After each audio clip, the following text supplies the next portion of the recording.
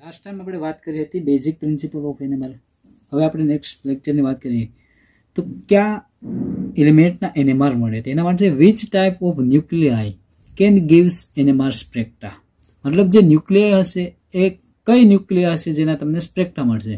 તેના માટેની કન્ડિશન યાદ રાખવાની. Nuclei which have nuclear spin મતલબ કે I is a half integer. બરાબર, half integer this type of nuclear gives NMR. मतलब I ની વેલ્યુ હંમેશા કેવી હશે? +1/2 હશે, +3/2, +5/2. मतलब હાઇડ્રોજન ની વેલ્યુ, હાઇડ્રોજન 1H1 હોય, 6 કાર્બન 13 હોય, 9 ફ્લોરિન 19 હોય, જેમાં I ની વેલ્યુ હંમેશા કેવી યાદ રાખવાની? હાફ ઇન્ટીજરમાં હોય. બરાબર. ત્યારબાદ ટોપિક આપણે ભણીએ મેગ્નેટિક પ્રોપર્ટી ઓફ ન્યુક્લિયાઈ. આજે I ની વેલ્યુ કે એને કહેવામાં આવે angular momentum of spinning of charge. એને શેના વડે દર્શાવવામાં આવશે? ક્વોન્ટમ નંબર, સ્પિન નંબર શું કહેશું એને? I. તો અમુક આપણે કન્ડિશન છે, બરાબર, અથવા એક્ઝામ્પલ આપવું છે કે ફોર એક્ઝામ્પલ આપું કે આપેલ એલિમેન્ટના એનએમઆર સ્પેક્ટ્રા એક્ટિવ હોય કે ઇનએક્ટિવ, તેના માટેની કન્ડિશન આ કોષ્ટક જોઈએ આપણે. તો વેલ્યુ ઓફ આઈ, આની અંદર ખાસ યાદ રાખવાનું, આઈ ની વેલ્યુ આપણે જો એનએમઆર સ્પેક્ટ્રા જોતા હોય અને એ પણ કેવા જોતા હોય? એક્ટિવ. તેના માટે આઈ ની વેલ્યુ હંમેશા કેવી હોય છે? હાફ ઇન્ટીજરમાં. 1/2, 3/2 and 5/2 હોવી જોઈએ. બરાબર, પ્લસમાં હોવી જોઈએ. ત્યારબાદ શું કીધું? એટોમિક માસ. માસની અંદર શું આવશે? Proton plus neutron. હંમેશા યાદ રાખો ઓડમાં હોવી જોઈએ. ઓડ એટલે કે એકી સંખ્યામાં માસ હોવો જોઈએ. ફોર એક્ઝામ્પલ અહીંયા જો માસ 1 શેમાં આવે? એક ઓડમાં આવશે. 13 પણ શેમાં આવશે? ઓડમાં આવશે. 19 પણ શું આવશે? 90 એ પણ કેમાં આવશે? ઓડમાં આવશે. એટોમિક નંબર કેવો હોવો જોઈએ? ઓડ પણ હોય અથવા ઇવન હોય તો ચાલે. બરાબર, કાં તો એકી સંખ્યામાં હોય અથવા બેકી સંખ્યામાં હોય તો ચાલશે. જો આ ત્રણેય કન્ડિશનનું પાલન થતું હોય તો એવા એનએમઆર સ્પેક્ટ્રા કેવા તમને મળશે, અને એ પણ કેવા મળશે? એનએમઆર એક્ટિવ મળશે. ફોર એક્ઝામ્પલ લખીએ આપણે તો કે 1H1. આની અંદર તમે ચેક કરો તો કે આઈ ની વેલ્યુ તો બરાબર, એ તો કન્ડિશન ફાઇનલ છે કે એમાં કેવી છે? Half integral. પણ જો બીજી કન્ડિશન શું કે એટોમિક માસ કેવું છે? તો કે 1 ઓડમાં આવે. એટોમિક નંબર શેમાં આવશે? તો કે એ પણ ઓડમાં છે, કઈ વાંધો નહીં. ત્યારબાદ આપણે લખીએ 8 oxygen 70.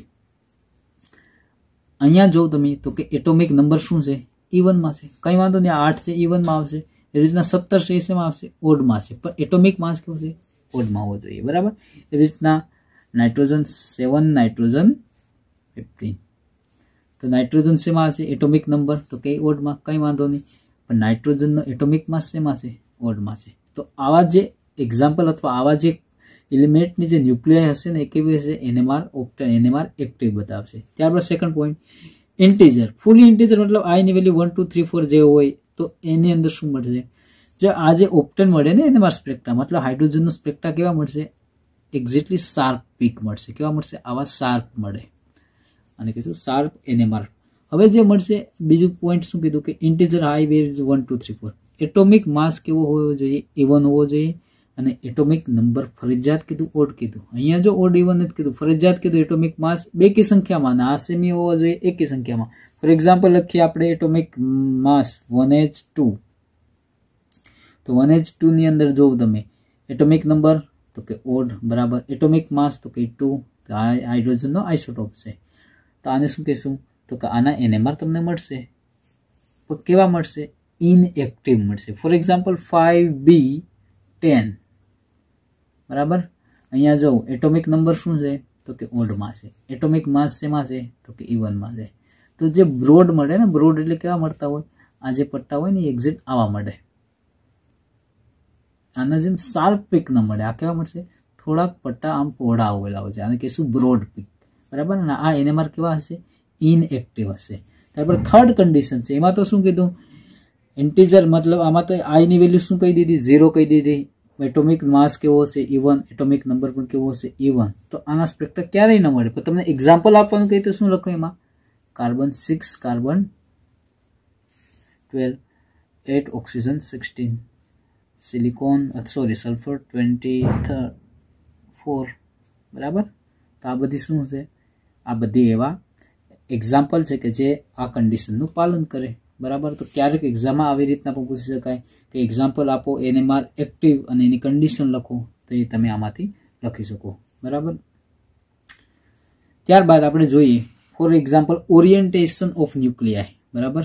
Orientation of nuclei. Orientation of nuclei શું કહેવા માંગે કે ફોર એક્ઝામ્પલ અહીંયા કોઈ બી એક મોલેક્યુલ અથવા કોઈ બી એક એલિમેન્ટની સ્પિન હોય, બરાબર, અને તમે જો સ્પિન કેવી છે તો કે એની સ્પિન રેન્ડમલી છે. આ ક્યારે હોય કે તમે જ્યારે બહારથી એપ્લાઇડ મેગ્નેટિક ફિલ્ડ આપેલું નથી, એટલે એને શું કહેવાય? In absence of magnetic field. તમે મેગ્નેટિક ફિલ્ડ અથવા રેડિયો ફ્રીક્વન્સી આપેલી જ નથી આની અંદર, ત્યારે આની સ્પિન કેવી જોવા મળે? આની સ્પિન કેવી હશે તો કે રેન્ડમ ઓરિએન્ટેશન. કેવું હશે? રેન્ડમ અરેન્જમેન્ટ હશે, બરાબર. હવે શું થાય કે જેવું હું આની બહારથી એપ્લાઇડ મેગ્નેટિક ફિલ્ડ આપું તો શું જોવા મળે? જેવું બહારથી મેગ્નેટિક ફિલ્ડ આપું એટલે આની અંદર શું જોઈ તો કે જેવું બહારથી મેગ્નેટિક ફિલ્ડ એટલે કે આવી રીતના આપીએ એટલે સ્પિનની દિશા કઈ રીતના થશે? આવી રીતના થશે. અમુક સ્પિન હશે એ કેવી રીતના એપ્લાઇડ મેગ્નેટિક ફિલ્ડની દિશામાં હશે અને અમુક સ્પિન હશે એની ઓપોઝિટ દિશામાં આવેલી છે. મતલબ એનું અરેન્જમેન્ટ ક્યારે થાય? When placed in magnetic field, બરાબર. તો શું થશે? With the field and against the with the field, બરાબર. તમે જે બહારથી મેગ્નેટિક ફિલ્ડ આપેલું એની દિશામાં અને એની વિરુદ્ધ દિશામાં બંને પ્રકારનું અરેન્જમેન્ટ થાય. આ ઘટનાને આને કહીશું ઓરિએન્ટેશન ઓફ મેગ્નેટિક ફિલ્ડ, બરાબર. તો ઓરિએન્ટેશન ઓફ ન્યુક્લિયાઈ પણ કહી શકું, બરાબર.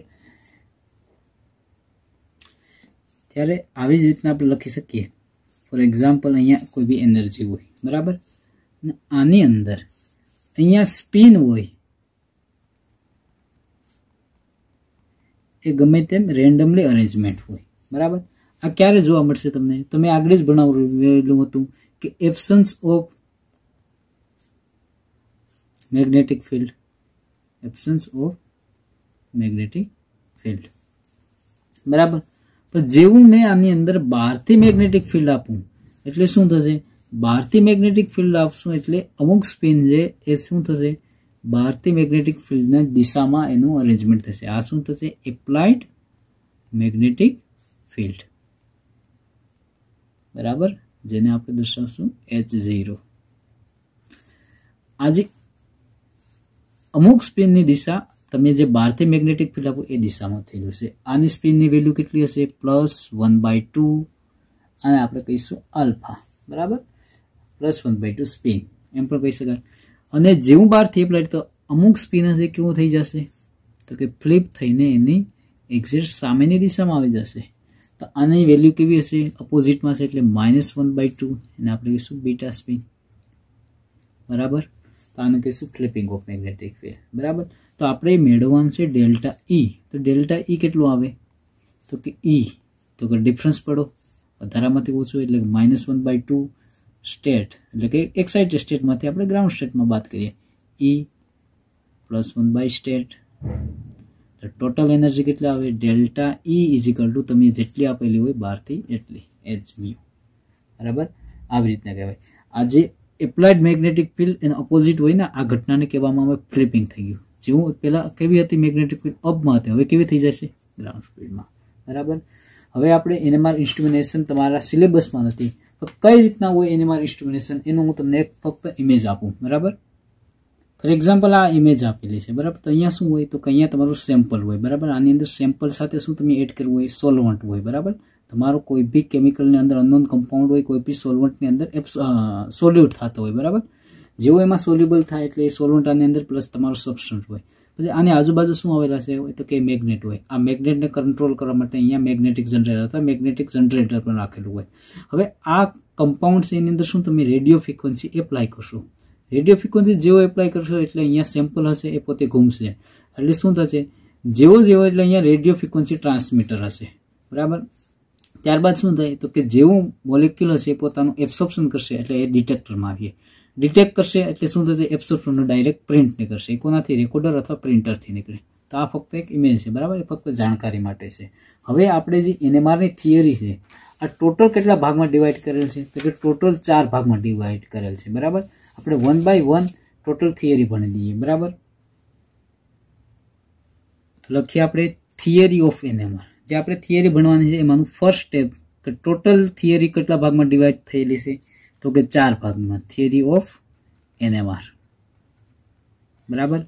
જે NMR ની થિયરી છે કે આપણે લખીએ ફર્સ્ટ તો કે ટોટલ કેટલા ભાગમાં તો કે 4 ભાગમાં ડિવાઈડ થયેલ છે.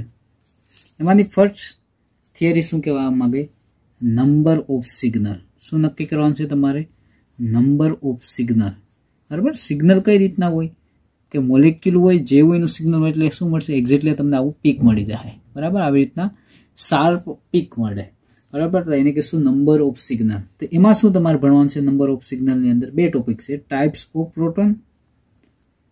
કેટલા ટાઈપના પ્રોટોન આપેલા છે. પ્રોટોન મતલબ કે કોણ હાઇડ્રોજન. ટાઈપ્સ ઓફ પ્રોટોન એ કે પ્રોટોન કેવા હોય તો કે એ પ્રોટોન હશે કાં તો ઇક્વિવેલન્ટ અથવા કેવા હશે નોન ઇક્વિવેલન્ટ જેનું અરેન્જમેન્ટ એન્વાયરમેન્ટ કેવું હશે એક સરખું હશે એને કહેશું ઇક્વિવેલન્ટ નહીં હશે એને શું કહેશું નોન ઇક્વિવેલન્ટ પ્રોટોન. બરાબર. તો આ તો નંબર ઓફ સિગ્નલ થિયરી. બરાબર. સેકન્ડ થિયરી હતી સિગ્નલ તો તમે નંબર મળી ગયા તો કે 5 સિગ્નલ છે કે 2 સિગ્નલ છે. હવે એ સિગ્નલનું પોઝિશન ક્યાં આવેલી છે તેને કહેશું પોઝિશન ઓફ સિગ્નલ. શું કહેશું એને પોઝિશન ઓફ સિગ્નલ. શું ભણવાનું છે એમાં પોઝિશન ઓફ સિગ્નલ. તમને સિગ્નલ આઈડેન્ટિફાઈ થઈ ગયું તો કેટલા સિગ્નલ છે. હવે એ સિગ્નલનું પોઝિશન તો એની અંદર શું ભણવાનું છે તો કે એની અંદર ભણવાનું છે તમારે ઇલેક્ટ્રોનિક એન્વાયરમેન્ટ.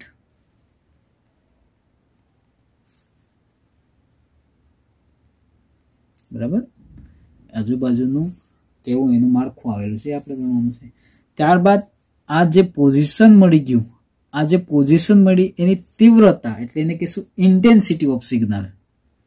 તીવ્રતા કેટલી છે ઇન્ટેન્સિટી ઓફ સિગ્નલ.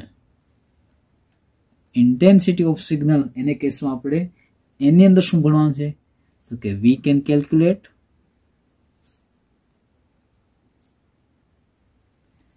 કેટલા નંબર ઓફ પ્રોટોન કેટલા પ્રોટોન છે એ તમારે ગણવાના છે. બરાબર. અને આ તમામ થઈ જાય પછી લાસ્ટની અંદર એ સિગ્નલનું સ્પ્લિટિંગ થાય કે નહીં એને કહેશું એને કે સ્પ્લિટિંગ ઓફ સિગ્નલ. સ્પ્લિટિંગ મતલબ કે વિભાજન. બરાબર. Splitting of signal. બરાબર. એની અંદર શું જોવાનું છે તો કે એના ઉપરથી તમને શું માહિતી મળશે કે ઇન્ફોર્મેશન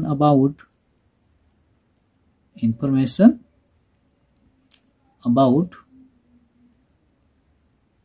નેબરિંગ પ્રોટોન. શું મળશે તમને જાણવા તો કે પાડોશી પ્રોટોન કેવો હશે એ તમને જાણવા મળશે. Neighbouring proton. બરાબર. તો આ આપણે ભણવાનું છે. તો 1 by 1 આપણે થિયરીનું સ્ટડી કરીએ. તો ફર્સ્ટ થિયરી અથવા ફર્સ્ટ થિયરી કઈ છે તો એની અંદર લખેલ છે નંબર ઓફ સિગ્નલ. શું લખેલ છે number of signal. Number of signal ની અંદર શું જોવાનું છે તો કે એની અંદર જોવાનું છે ટાઈપ્સ ઓફ પ્રોટોન. બરાબર. તો ટાઈપ્સ ઓફ પ્રોટોન ની અંદર આપણે જોઈએ તો કેટલા ટાઈપના પ્રોટોન છે તો અહીંયા લખી નાખું types of proton is equal to number of signal. જેટલા ટાઈપના તમને પ્રોટોન જોવા મળશે એટલા ટાઈપના તમને નંબર ઓફ સિગ્નલ જોવા મળશે. Number of signal. બરાબર. ત્યારબાદ આપણે એની અંદર જોવું હતું ઇક્વિવેલન્ટ એન્ડ નોન ઇક્વિવેલન્ટ. બરાબર. તો ઇક્વિવેલન્ટ કોને કહેવામાં આવે એના વિશે લખીએ. Equivalent proton.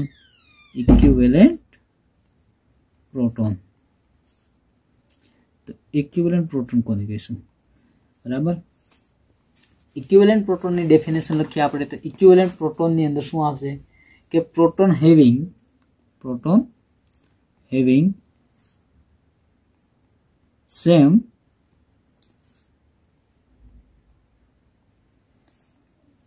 structural and geometrical structural or geometrical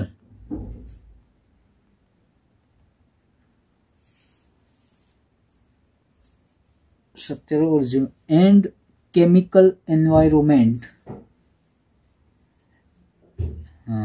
Proton having same structural or geometrical and chemical environment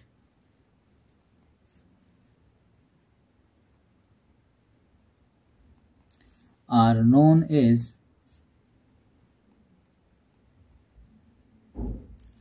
equivalent proton. બરાબર, are known as, એ લખી નાખું, equivalent proton. મતલબ કે જે પ્રોટોનનું સ્ટ્રક્ચર, જીઓમેટ્રિકલ અને કેમિકલ એન્વાયરમેન્ટ એક સરખું જોવા મળે, અહીંયા લખેલ છે સેમ, એક સરખું જોવા મળે, એવા પ્રોટોનને કેવા પ્રોટોન કહેશું આપણે? Equivalent proton. ફોર એક્ઝામ્પલ, આવા પ્રોટોનનું સિગ્નલ કેટલા મળે તો એને લખી નાખીએ, they have only one signal. એક જ સિગ્નલ આનું મળશે, only one signal. For example, one signal જોવું હોય તો કે મિથાઇલ ગ્રુપ હોય, બરાબર, અહીંયા લખું મિથાઇલ. તો જે મેં કીધા ને પ્રોટોન, પ્રોટોન મતલબ કોણ? હંમેશા યાદ રાખજો, હાઇડ્રોજન. મિથાઇલની અંદર આપણે જોઈએ તો કાર્બનની સાથે કેટલા હાઇડ્રોજન છે? 3 હાઇડ્રોજન. મતલબ પ્રોટોન કેટલા છે? 3 છે. અને 3 પ્રોટોન કેવા છે તો કે સેમ છે, structural and geometrical and chemical environment. જોઈ લો, 3 પ્રોટોનનું કેમિકલ એન્વાયરમેન્ટ કેવું સેમ છે, તો આને કહીશું ઇક્વિવેલન્ટ પ્રોટોન. કેવું કહીશું? Equivalent proton. 3 પ્રોટોન છે અને 3 પ્રોટોન કેવા છે? એક સરખા. તો જે 3 પ્રોટોન એક સરખા છે એને આપણે ઇક્વિવેલન્ટ પ્રોટોન. અને અહીંયા જ મેં કીધું ઇક્વિવેલન્ટ પ્રોટોનનું સિગ્નલ કેટલા મળશે? Only 1 signal. તો જે મિથાઇલ હોય એનું સિગ્નલ કેટલા મળશે? એક જ સિગ્નલ મળે, બરાબર. હવે મેં કીધું નોન ઇક્વિવેલન્ટ પ્રોટોન, તો એની ડેફિનેશન લખીએ. નોન ઇક્વિવેલન્ટ પ્રોટોનની અંદર શું આવે? નોન ઇક્વિવેલન્ટ પ્રોટોન, એક તો યાદ રહ્યું કે મિથાઇલ હશે એનું સિગ્નલ એક જ મળશે. નોન ઇક્વિવેલન્ટ પ્રોટોન કોને કહેશે? કે proton having same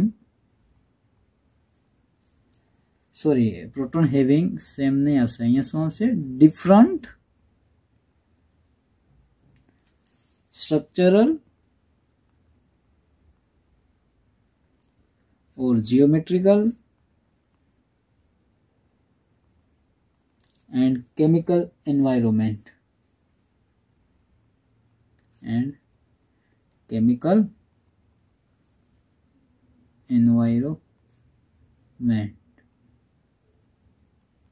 Are known as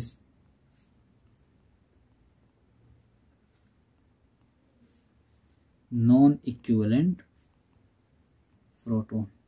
મતલબ જે પ્રોટોનનું અંદર શું ડિફરન્ટ આવશે? Structure, geometrical and chemical environment કેવું હશે?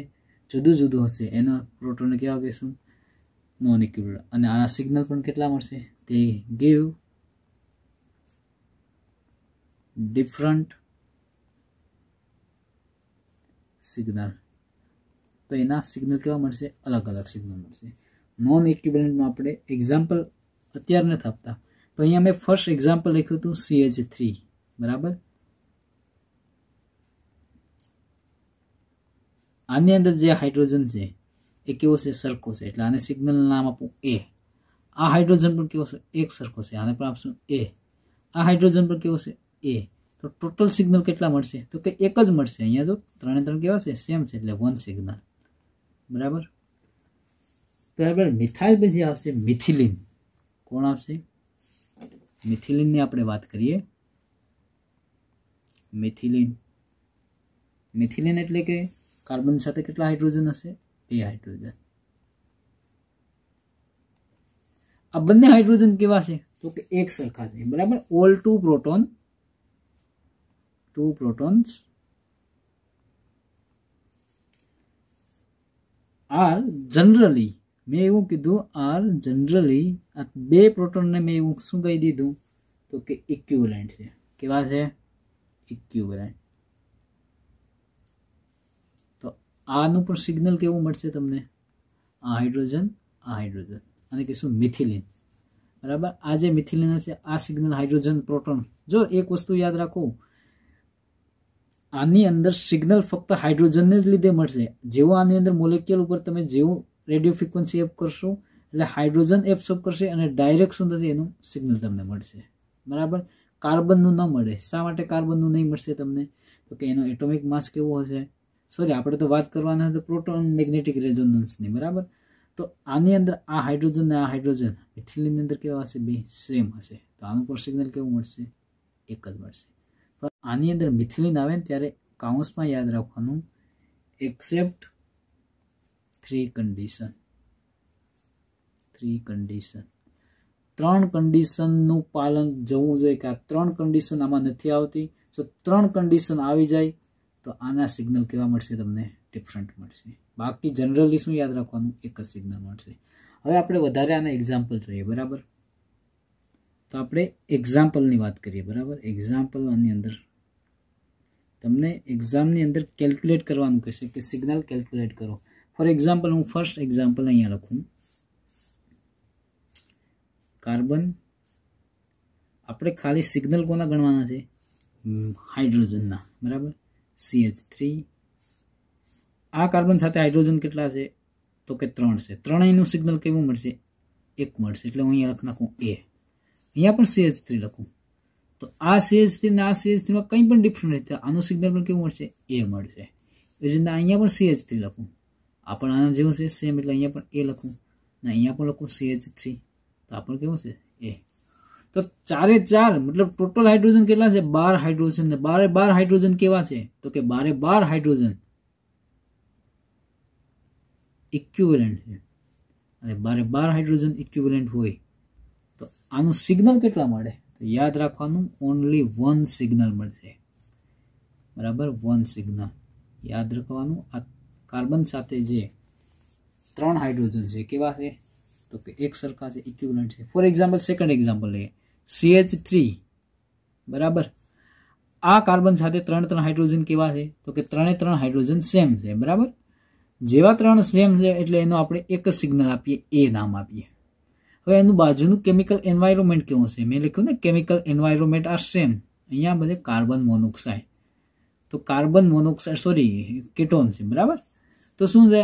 સિગ્નલ તો આ કાર્બનનું કે ઓક્સિજન નહીં મળશે. કેલ્ક્યુલેટ કોને કરવાનું છે? ફક્ત તમારે CH3 એટલે કે ખાલી તમારે હાઇડ્રોજનને જ કેલ્ક્યુલેટ કરવાનું છે. બાકી ઓક્સિજન હોય, ક્લોરિન હોય, બ્રોમિન હોય કે ગમે એલિમેન્ટ હોય એને ક્યારે પણ કેલ્ક્યુલેટ નથી કરવાનું. હા, પણ કન્સિડર કરવાનું કે કેમિકલ એન્વાયરમેન્ટ કેવું છે. તો કે આની બાજુમાં CH3 ની બાજુમાં શું છે? CO છે, બરાબર.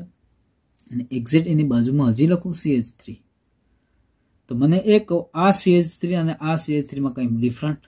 તો કે નહીં. શા માટે? તો કે CH3 ની બાજુમાં શું આવશે? CO છે. અને આની બાજુમાં પણ કોણ છે? CO છે. તો આ બંને કેમિકલી એન્વાયરમેન્ટ કેવું છે? સેમ છે. એટલે આનું સિગ્નલ કેવું મળશે? એક સરખું. આ CH3 પણ સેમ અને આ CH3 પણ સેમ, એટલે આનું પણ સિગ્નલ કેટલું મળશે? 1 સિગ્નલ, બરાબર. ફોર એક્ઝામ્પલ સેકન્ડ આપણે લઈએ. CH3, આનું સિગ્નલ કેવું મળશે? તો અહીંયા નીચે લખી નાખવાનું A. ત્યારબાદ લખું CH2.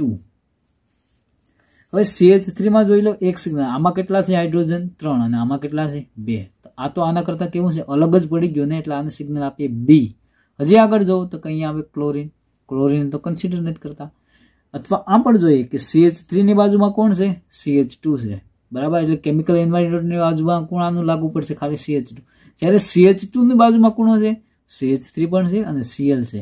એટલે એમ કહીશું કે કેમિકલ એન્વાયરમેન્ટ કેવું છે? ડિફરન્ટ છે. તો આનું A સિગ્નલ હોય તો આનું કેવું હશે? B. એટલે આમાં ટોટલ સિગ્નલ કેટલા મળશે? 2 સિગ્નલ, બરાબર. હજી એક આપણે લઈએ આવી રીતના example. CH3, CH2 and CH3, બરાબર. આને કહીશું આપણે પ્રોપેન. તો જો આની અંદર જોવું એ આપણે તો કે CH3 ની બાજુમાં કોણ છે? CH2 છે. હાલો આને આપણે A. તો અહીંયા પણ જો CH3 છે, આની બાજુમાં કોણ છે? તો કે A સોરી CH2. આ જે ગણો ને આને હાઇડ્રોજન ટોટલ કેટલા? 3. આ પણ કેટલા છે? 3. આ હાઇડ્રોજન કોની સાથે કનેક્ટેડ છે? તો કે કાર્બન સાથે. આ 3 હાઇડ્રોજન કોની સાથે કનેક્ટ છે? તો કે કાર્બન સાથે. આ કાર્બન કોની સાથે કનેક્ટ છે? CH2 સાથે. તો આ CH3 ના CH3 કેવા છે? સેમ. આ બંને કરતા કેવું છે? અલગ. તો ટોટલ કેટલા સિગ્નલ મળશે? 2 સિગ્નલ, બરાબર. ફોર એક્ઝામ્પલ હજી આપણે લઈએ CH3OH, બરાબર. મિથેનોલ વાત કરીએ તો આપણે તો ખાલી વાત કરવાની છે હાઇડ્રોજનની. તો અહીંયા CH3 આનું સિગ્નલ A લખી નાખવાનું. અહીંયા જો હાઇડ્રોજન છે આ તો આના કરતા કેવું છે? અલગ હશે, એટલે આને B કહી દઈશું. ઓક્સિજન નથી ગણતો. ઓક્સિજન એટલે કે આલ્કોહોલનું નથી ગણતો, ગોળનું કોનું ખાલી આની અંદર હાઇડ્રોજનનું, આને કહીશું આપણે 2 સિગ્નલ, બરાબર. ફોર એક્ઝામ્પલ અહીંયા આવી રીતે નાખીએ CH3 CH2 NH2. તો આની અંદર જોઈએ આપણે CH3 નું એક સિગ્નલ મળ્યું A, એની બાજુમાં કોણ છે CH2, આના કરતા તો આ કેવું છે ડિફરન્ટ જ છે એટલે આ લખ્યું B સિગ્નલ. હવે જો આ CH2 ની બાજુમાં કોણ છે CH3 પણ છે અને NH2, એટલા માટે મેં અહીંયા B લખેલ છે. નાઇટ્રોજન નથી પણ નાઇટ્રોજન સાથે હાઇડ્રોજન આ બંને કરતા તો કેવા છે અલગ હશે એટલે સિગ્નલ મળશે C. ટોટલ કેટલા મળશે સિગ્નલ 3 સિગ્નલ. 3 સિગ્નલ કઈ રીતના હોય એ આવી રીતના હોય, આ સિગ્નલ કહેવાય, બરાબર, આને કહીશું સિગ્નલ. હવે ફોર એક્ઝામ્પલ હજી એક એક્ઝામ્પલ વધારે આપણે જોઈએ તો કે CH3 CH2 CH2 and CH3. હાલો આને કહીશું ઇક્વિવેલન્ટ યા નોન ઇક્વિવેલન્ટ. તો પહેલી કન્ડિશન જો CH3 આ સેમ અને આ CH3 તો કઈ પડશે. હવે જોયું આજુબાજુનું એન્વાયરમેન્ટ, તો આ CH3 ની બાજુમાં કોણ છે CH2 છે અને આ CH3 ની બાજુમાં પણ કોણ છે CH2, એટલે બંને કેવા થશે સેમ થશે એટલે એના નીચે લખ્યું A. હવે જોઈએ અહીંયા તો કે આ CH2 ની બાજુમાં CH3 છે એટલે અહીંયા લખ્યું B. તો આને શું લખું C લખું કે B લખીએ તો કે એ આના જેવો છે B. અથવા એમ પણ કહી શકાય કે વચ્ચે તમે એક્ઝેક્ટ મિરર રાખો તો એના જેવું જ આ મળશે, આ A એટલે A B એટલે B. અને સિમેટ્રી પણ કહી શકો અથવા ઇક્વિવેલન્ટ કહી શકો. તો આના ટોટલ સિગ્નલ કેટલા મળશે 2 સિગ્નલ મળે. પણ જો આ જ એક્ઝામ્પલ લખું CH3 CH2 CH2 and OH, આને કહીશું બ્યુટેનોલ પ્રોપેનોલ. તો હવે આપણે મેં વાત કરી આ મિથાઇલ ગ્રુપ, આની A થશે. અહીંયા તો નથી મિથાઇલ એટલે તો A થઈ ગયું. હવે આ CH2 ને આ CH2 બે સેમ કહેવાય. તો પ્રશ્ન એ થાય કે આ CH2 ની બાજુમાં કોણ છે CH3 છે, બરાબર, આ CH2 ની બાજુમાં કોણ છે OH છે, તો બે સેમ તો નથી થયું ને, એટલે આને સિગ્નલ આપશું B અને આના કરતા ડિફરન્ટ થયું અને આપશું C. ના તો અલગ હશે હાઇડ્રોજન અને કહીશું D. ટોટલ સિગ્નલ કેટલા મળશે 4 સિગ્નલ, બરાબર.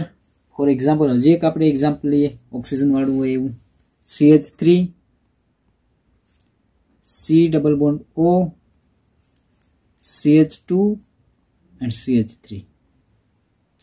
તો મેં પહેલા એવું કીધું કે આ CH3 અને આ CH3 સેમ કહેવાય. તો પેલું જોવાનું કે જો અહીંયા કાર્બન સાથે હાઇડ્રોજન 3, અહીંયા પણ કાર્બન સાથે હાઇડ્રોજન 3, બરાબર, પેલી કન્ડિશનનું પાલન થાય. હવે જોવાનું કે આ CH3 ની બાજુમાં કોણ છે CO અને આ CH3 ની બાજુમાં CH2, તો બે સેમ કહેવાય ના કહેવાય. તો આને કહીશું સિગ્નલ A, તો આને શું કહીશું B. પહેલી કન્ડિશન જોવાનું કાર્બન સાથે કેટલા હાઇડ્રોજન 3 છે, તો અહીંયા પણ કેટલા છે 3, રાઈટ, પહેલી કન્ડિશનનું પાલન થયું. હવે એની બાજુનું વાતાવરણ એટલે કે કેમિકલ એન્વાયરમેન્ટ, આ CH3 ની બાજુમાં કોણ છે CO, આ CH3 ની બાજુમાં કોણ છે CH2, આ સેમ નથી એટલા માટે આને સિગ્નલ શું માટે કીધું નોન ઇક્વિવેલન્ટ B આપ્યું, બરાબર. હવે અહીંયા જો આ તો આના કરતા અલગ જ હશે એટલે આને આપશું C. આનું સિગ્નલ મળે નહીં, કારણ કે શા માટે ત્યાં એક પણ હાઇડ્રોજન નથી. સિગ્નલ કોનું મળશે ફક્ત હાઇડ્રોજન હોય ત્યાં જ મળશે. તો ટોટલ કેટલા સિગ્નલ મળશે 3 સિગ્નલ. ક્લિયર. હજી એક એક્ઝામ્પલ લઈએ CH3 C double bond O oxygen અને CH3. હાલો પહેલી કન્ડિશન કાર્બન સાથે હાઇડ્રોજન કેટલા છે 3, કાર્બન સાથે હાઇડ્રોજન કેટલા છે 3, પહેલી કન્ડિશન પાલન થયું. હવે જો એક કાર્બનની બાજુમાં કોણ છે કાર્બન અને ઓક્સિજન કેટોનિક ગ્રુપ છે, અહીંયા કોણ છે ઓક્સિજન છે, તો એ થાય તો આ કોણ આવશે B. જો ઇન કેસ આને કમ્પેરિઝન કરું, બરાબર, CH3 C double bond O C double bond O અને CH3. જો હવે હું તમને કહું અહીંયા CH3 ની બાજુમાં કોણ છે CO છે, અહીંયા CH3 ની બાજુમાં કોણ છે CO છે, હાલો આને બરાબર. અહીંયા CH3 ની બાજુમાં કોણ છે ઓક્સિજન છે, અહીંયા CH3 ની બાજુમાં કોણ છે CO, તો આ બે સેમ થયું ને, તો આને તમે A આપી દો, આ પણ A મળશે. પણ અહીંયા જો આ A છે તો B, શા માટે, કારણ કે આની બાજુમાં ઓક્સિજન છે, આની બાજુમાં CO છે, તો આનું સિગ્નલ એક જ મળે, આના સિગ્નલ કેટલા મળશે 2 મળશે. ક્લિયર. હજી એક એક્ઝામ્પલ આપણે લખીએ. ફોર એક્ઝામ્પલ આવી રીતના હોય CH3 C double bond O oxygen C double bond O CH3 बराबर। आना सिग्नल આપણે ગણીએ તો CH3 ને અહીંયા પર કાર્બન સાથે હાઇડ્રોજન 3, અહીંયા પર કાર્બન સાથે હાઇડ્રોજન 3 બરાબર, કઈ વાંધો નહીં। કાર્બનનું બાજુનું વાતાવરણ ચેક કરો તો અહીંયા CO છે, અહીંયા પણ CO છે, તો આ સેમ કર। હજી આગળ જાઓ તો કાર્બન ને ઓક્સિજન ની બાજુમાં કોણ છે? અહીંયા ઓક્સિજન છે, અહીંયા પણ કોણ છે? આને શું કહેશું? A, તો આ પણ શું આવશે? A। સિગ્નલ કેટલા મળશે? એક સિગ્નલ મળશે। ક્લિયર? આ હજી એક એક્ઝામ્પલ લખીએ આપણે, CH3 CH2 C double bond OH बराबर। आनु लखीए तो आ CH3 નું સિગ્નલ A મળશે, આની બાજુમાં કોણ છે? CH2। અહીંયા તો CH3 છે જ નહીં, આની બાજુમાં CH2 કોઈ નથી, આનું B સિગ્નલ મળે, અને અહીંયા એક હાઇડ્રોજન દેખાય એસિડ નો, આ ટોટલ સિગ્નલ કેટલા મળશે? 3 સિગ્નલ મળે બરાબર। અહીંયા જો હું 3 સિગ્નલ ન લખું તો તમે આમ પણ ગણી શકો A B C બરાબર, એ સિગ્નલ કન્સિડર તમારે કરવાના બરાબર। આપણે સિગ્નલ ગણીએ તો ફોર એક્ઝામ્પલ અહીંયા જો CH3, અહીંયા પણ CH3। હવે પહેલી કન્ડિશનનું પાલન થયું, બીજી કન્ડિશનમાં CH3 ની બાજુમાં કોણ છે? CO છે, અહીંયા પણ કોણ છે? CO છે, તો બરાબર બંને સેમ કહેવાય। આગળ વધી જાવ તો અહીંયા CH2 છે, અહીંયા પણ કોણ આવશે? CH2, એટલે આને કહીશું A, આને પણ કહીશું A, અને આ તો બંને કરતા આના તો સિગ્નલ મળે નહીં, મળશે કોનું? આનું, આને કહીશું B। ટોટલ કેટલા સિગ્નલ મળશે? 2 સિગ્નલ બરાબર, A અને B એ તમે લખી શકો। હવે જો આ સિમેટ્રિક કહેવાય કે એસિમેટ્રિક? જો CH2 જનરલી મેં કીધું મિથિલિન ના કેવા હોય છે? સેમ હોય છે, તો અહીંયા લખ્યું A, CH2 ની બાજુમાં કોણ છે? એસિડ, અહીંયા પણ CH2 ની બાજુમાં કોણ છે? એસિડ, તો આને શું કહીશું? A કહી દઈએ, તો અહીંયા નીચે એક્ઝેક્ટ તમે લાઈન પાસ કરો, આ પણ કેવું થશે? A થશે। આની બાજુમાં કોણ છે? એસિડ, તો આ B, આ એસિડ પણ કેવું છે? સેમ, તો આ પણ શું આવશે? B। ક્લિયર? Second condition. હવે આપણે જોઈએ આની અંદર જો CH3, તો અહીંયા પણ CH3 થી આગળ જાઓ તો CH, અહીંયા પણ CH, વચ્ચે ડબલ બોન્ડ, તો આ A, તો આ પણ શું આવશે? A આવશે બરાબર। તો અહીંયા બધું આ કાર્બન સાથે કોણ છે? આપણે સિગ્નલ ખાલી હાઇડ્રોજન ના જ ગણીએ, કાર્બન સાથે હાઇડ્રોજન A B, એના જેવો સેમ અહીંયા હશે B, અહીંયાથી તમે સિમેટ્રી પાસ કરી દો। થર્ડ એક્ઝામ્પલ જોઈએ, CH2, તો અહીંયા પણ CH2 છે, તો આને આપશે A, આ પણ CH2 A। શા માટે? કારણ કે આ CH2 ની બાજુમાં CH છે, આની બાજુમાં પણ CH છે, બંને કેવા છે? એક સરખા છે, તો આ પણ કેવા છે? બંને એક સરખા છે, આને આપશું આપણે B। ક્લિયર? હવે થર્ડ થોડોક ડિફિકલ્ટ એક્ઝામ્પલ જોઈએ તો જો અહીંયા ખાસ CH3 કાર્બન CH3 બરાબર, તો CH3 કાર્બન CH3 માં જો આ CH3 ની બાજુમાં કોણ છે? કાર્બન છે, આ CH3 ની બાજુમાં પણ કાર્બન છે, આ કાર્બન સાથે કોણ? હાઇડ્રોજન છે, આ બંનેને સેમ જ લાગુ પડશે, એટલે આને કહેશું A સિગ્નલ, અને આને પણ શું કહેશું? A signal. ક્લિયર? હવે આ કાર્બન સાથે હવે બાકીના સિગ્નલ ગણો, કાર્બન સાથે કોણ છે? હાઇડ્રોજન, આ B સિગ્નલ, અને આ OH નું C સિગ્નલ, ટોટલ કેટલા સિગ્નલ મળશે? 3 મળશે બરાબર। હવે આગળ જઈએ હજી પણ, તો કે જોઈએ CH3, અહીંયા પણ CH3, તો CH3 ની બાજુમાં CH, આની બાજુ પણ CH, OH, તો આને પણ સેમ લાગે, એટલે આ A, આ પણ A બરાબર। હવે જોઈએ બીજું સિગ્નલ ક્યાં મળશે? તો કે આ B OH છે, હજી એક મળે, શા માટે? કે અહીંયા જો હાઇડ્રોજન હજી પણ છે, એટલે આ છે C સિગ્નલ। ટોટલ કેટલા? તો કે ટોટલ 3 સિગ્નલ મળે બરાબર। હવે જોઈએ અહીંયા એક્ઝામ્પલ, તો આ તમે જોયું CH3 ની બાજુમાં કોણ આવશે? CH3 ની બાજુમાં, તો કે CH3 ની એક્ઝેક્ટલી બાજુમાં તમે જોવો તો શું હશે? કાર્બન, અહીંયા પણ કાર્બન, અહીંયા પણ કાર્બન, અહીંયા પણ, તો 12 હાઇડ્રોજનનું એન્વાયરમેન્ટ કેવું છે? એક સરખું છે, તો આને કેટલા સિગ્નલ મળશે? એક જ સિગ્નલ મળે બરાબર, એક સિગ્નલ। હજી જોઈએ આપણે તો અહીંયા જો CH3, તો CH3 ની બાજુમાં કોણ છે? તો કે કાર્બન છે, આની સાથે CH3 તો 3 CH3 માં ટોટલ હાઇડ્રોજન કેટલા થાય? 9 હાઇડ્રોજન થાય, 9 હાઇડ્રોજન કેવા થશે? સેમ થશે, A અને A, અને આ અલગ છે, એટલે આનું સિગ્નલ B મળશે। સેમ અહીંયા જોઈએ આ CH3 છે, આ CH3 ની બાજુમાં જુઓ તમે શું આવશે CH3, અહીંયા પણ CH3, અહીંયા પણ CH3 અને અહીંયા પણ CH3, એટલે આને A સિગ્નલ આપીએ તો આ પણ શું આવશે A સિગ્નલ, બરાબર.